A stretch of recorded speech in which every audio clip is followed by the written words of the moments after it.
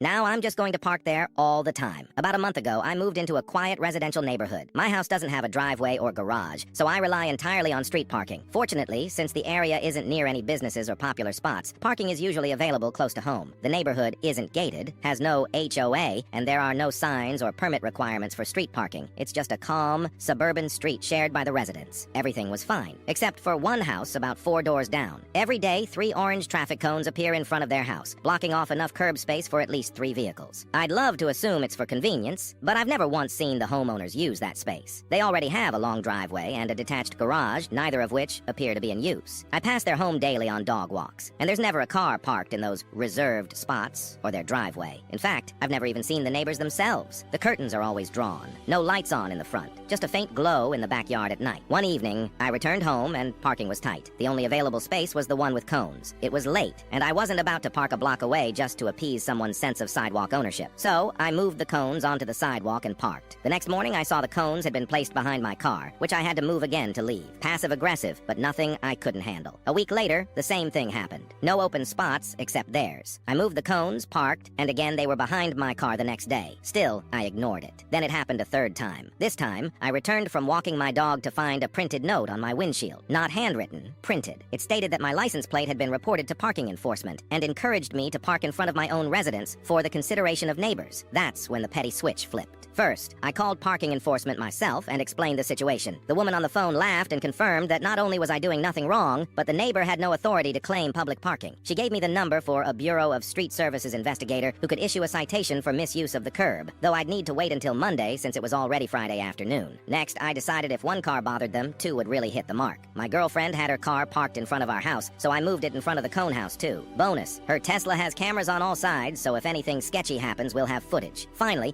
I started considering a longer-term plan. If citations don't happen or they continue this nonsense, I'm seriously thinking about buying the oldest, ugliest car I can find, registering it as non-operational, and legally parking it in front of their house indefinitely, a rolling eyesore to match their behavior. There's no logical reason they'd want the street in front of their home to remain empty. It's not a high-traffic area. They don't use the space themselves. No one's fighting for parking, and there are no nearby businesses drawing random cars. The only explanation is that they enjoy the appearance of an unobstructed curb and believe they're entitled to it. But that's not how public property works. I've been courteous, I've parked elsewhere when possible, but when they try to lay claim to something they don't own, then get passive-aggressive when challenged, the gloves come off. Now, when I see those cones, I don't hesitate. I move them, I park, and I smile. And if they want to keep pushing it, I'll make sure that stretch of curb stays occupied for a long, long time.